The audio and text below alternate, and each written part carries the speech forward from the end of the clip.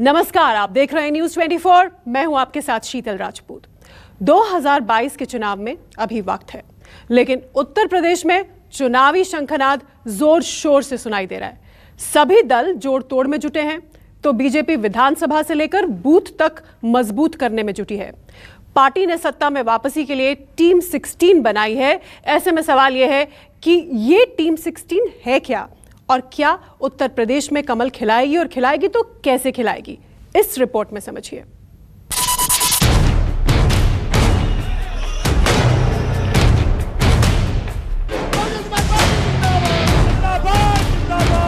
आप कहीं भी किसी भी थाने में किसी भी तहसील में जाते होंगे, महिलाओं के लिए एक अलग से हेल्प डेस्क वहां पर आपको देखने को मिलेगा। प्रशासन, पुलिस, हर चीज़ का इस्तेमाल इसीलिए किया जा रहा है कि लोकतंत्र यहाँ से खत्म हो जाए। तो हम लोकतंत्र के पक्ष में खड़े होने के लिए आए हैं।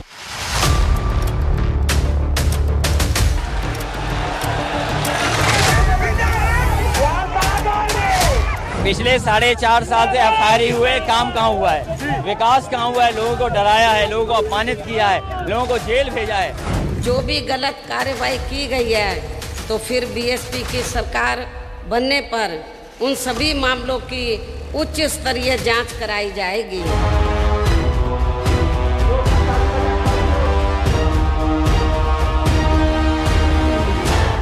धर्म और जाति के सबसे बड़े चुनावी अखाड़े यूपी में हर दिन नए दंगल का आयोजन हो रहा है। सत्ताधारी पार्टी बीजेपी मंत्रिमंडल विस्तार से लेकर मुद्दों का गुणागणित कर रही है।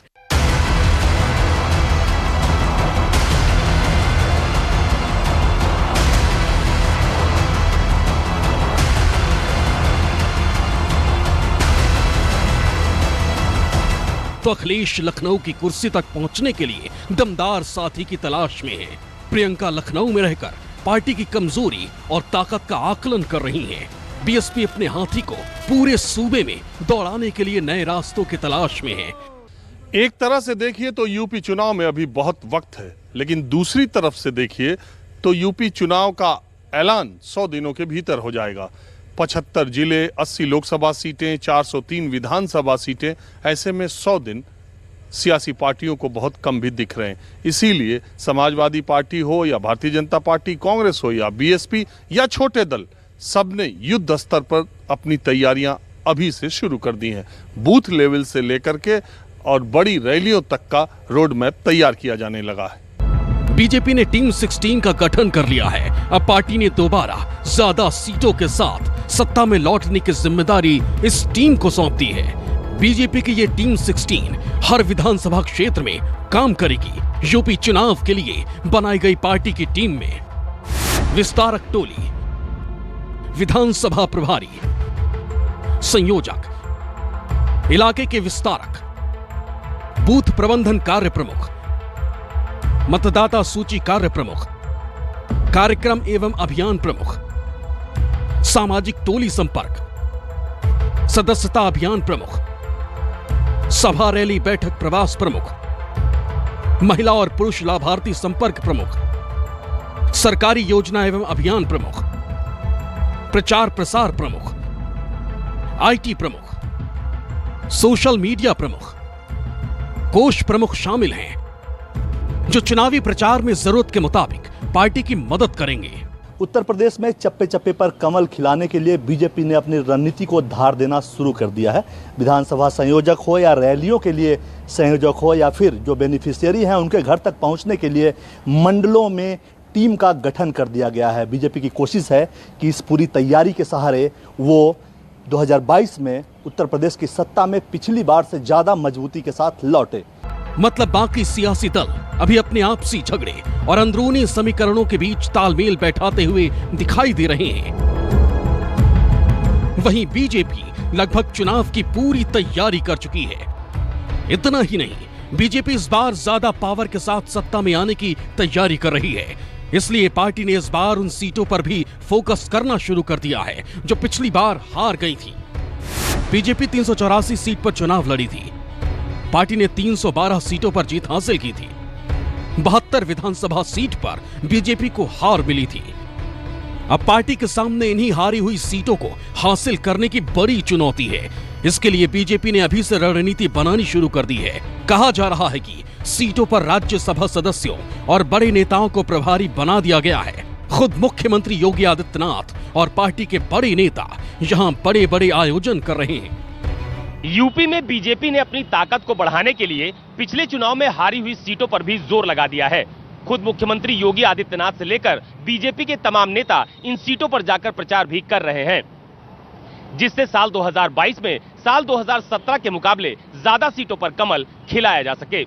मुख्यमंत्री योगी आदित्यनाथ पिछली बार की हारी हुई सीटों पर जाकर परियोजनाओं का शिलान्यास कर रहे हैं। पार्टी के प्रदेश अध्यक्ष स्वतंत्र देव सिंह ज्यादा से ज्यादा सभाओं को संबोधित कर रहे हैं। साथ ही बीजेपी ने सूबे में 100 दिन में 100 काम की रणनीति भी तैयार की है, जिसके तहत पार्टी हर दिन कोई न कोई आयोजन करेगी। सरकार की उपलब्धियों का प्रचार किया जाएगा। 22 के चुनाव में भारतीय जनता पार्टी अपने सरकार का रिपोर्ट कार्ड जनता के सामने रखेगी और संगठन जो तंत्र है हमारा, वो हमारी सरकार के कामों को जन जन तक पहुंचाएगी।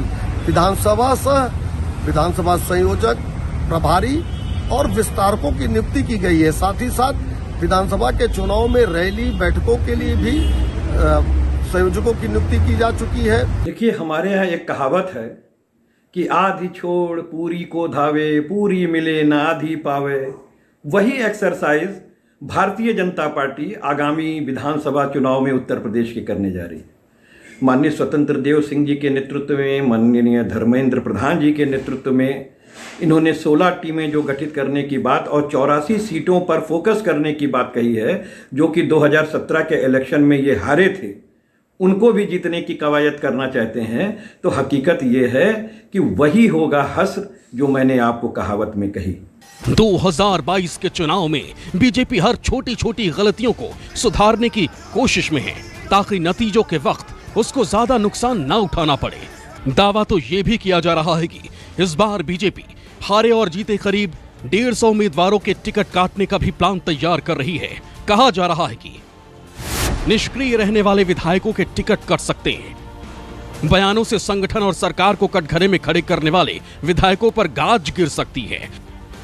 70 साल से ज्यादा उम्र के विधायकों का भी टिकट कट सकता है। कहा जा रहा है कि जिन विधायकों से स्थानीय जनता, कार्यकर्ता, संगठन पदाधिकारी नाराज हैं, उनकी जगह नए चेहरे को मौका दिया जाएगा।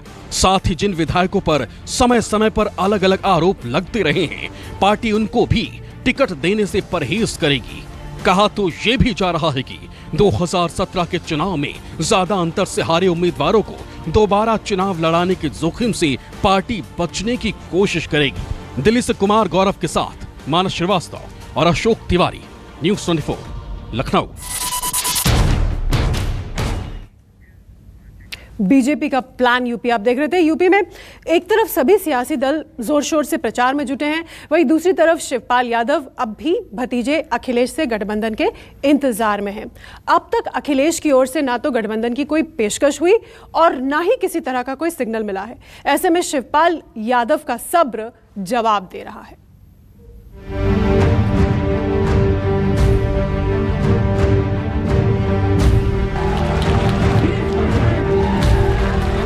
हमने प्रयास किया है कि समान विचारधारा वाली पार्टियां मिलकर के एक अलायंस करें।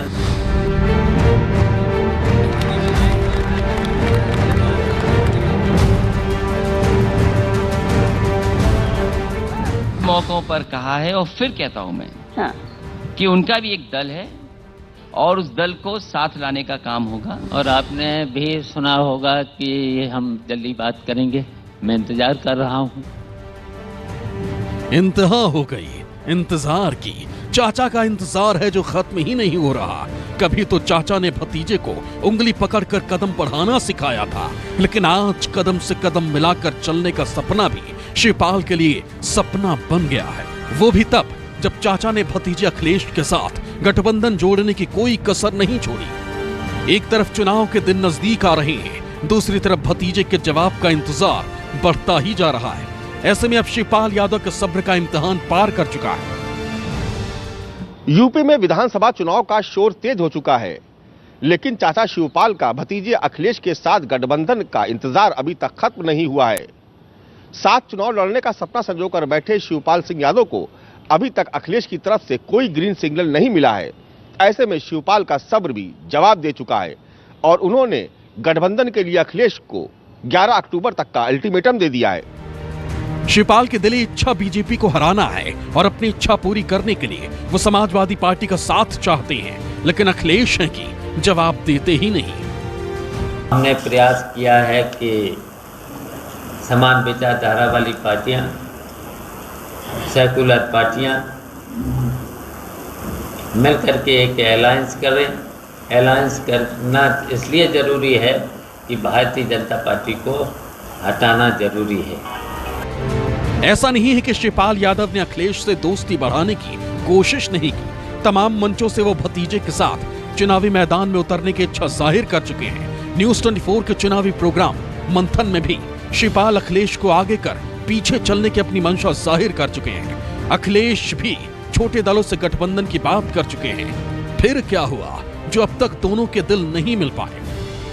इसलिए हम चाहते हैं कि जितनी समान विचारधारा की पार्टियां हैं, समाजवादी भी है, सेकुलर पार्टियां भी हैं, एक हो जाए। मैंने तो प्रयास भी किया है और आपने भी सुना होगा कि हम जल्दी बात करेंगे। मैं इंतजार कर रहा हूं कि उनका भी एक दल है और उस दल को साथ लाने का काम होगा। उनके जो लोग हैं और जो भी सम्मान दे सकती है पार्टी, उन्हें सम्मान देगी। तो शिवपाल यादव ने एसपी को गठबंधन के लिए 11 अक्टूबर तक का वक्त दिया है। अगर ऐसा नहीं हुआ तो शिवपाल यादव 12 अक्टूबर से परिवर्तन रथ यात्रा पर निकल पड़ेंगे और सभी 403 सीटों पर अकेले चुनाव लड़ने का मन बना लेंगे। मथुरा से बांके बिहारी के दर्शन करके सामाजिक परिवर्तन रथ से हम लोग निकल पड़ेंगे। चुनाव का शंखनाद मथुरा से शुरू होगा और उत्तर प्रदेश के हर जिले में हमारा सामाजिक परिवर्तन रथ चलेगा और हर जिले में एक एक रात रुकेंगे। अखिलेश और शिवपाल दोनों ही मिलकर चुनाव लड़ने की बातें तो कह रहे हैं, लेकिन अब तक दोनों के बीच गठबंधन को लेकर ना तो कोई मुलाकात हुई और ना ही कोई फॉर्मूला तय हुआ। तब आया है कि 11 अक्टूबर तक उन्होंने समाजवादी पार्टी को कहा है कि वो डिसीजन ले लें गठबंधन का। तो हकीकत यही है कि समाजवादी पार्टी के राष्ट्रीय अध्यक्ष माननीय अखिलेश यादव जी ने खुले मन से ये कह रखा है कि निश्चित तौर पे हम छोटी पार्टियों से गठबंधन भी करेंगे, सीटों का तालमेल भी करेंगे और जीतने पे जो हमारी सरकार बनेगी उसमें उनको अच्छी हिस्सेदारी और भागीदारी भी देंगे। साथ ही उन्होंने ये भी कहा कि प्रसपा तो हमारे समान विचारधारा की पार्टी है, निश्चित तौर पे उससे गठबंधन होगा। उधर यूपी चुनाव की तैयारियों को लेकर लखनऊ पहुंची कांग्रेस महासचिव प्रियंका भी ताबड़तोड़ एक्शन में है। लगातार बैठक कर रही हैं, नेताओं के साथ मुलाकात कर रही हैं, साथ ही वो आगामी कार्यक्रमों और अभियानों पर मंथन कर रही हैं। रैलियों और सम्मेलन की रूपरेखा तैयार कर रही हैं। कहा तो ये भी जा रहा है कि पूर्वांचल के वोटर्स का रुझान कांग्रेस की तरफ करने के लिए प्रियंका 9 अक्टूबर को काशी में बड़ी रैली का आयोजन कर सकती हैं। साथ ही कई तरह की रथ यात्राओं का भी प्लान तैयार हो रहा है। Bureau report, news 24।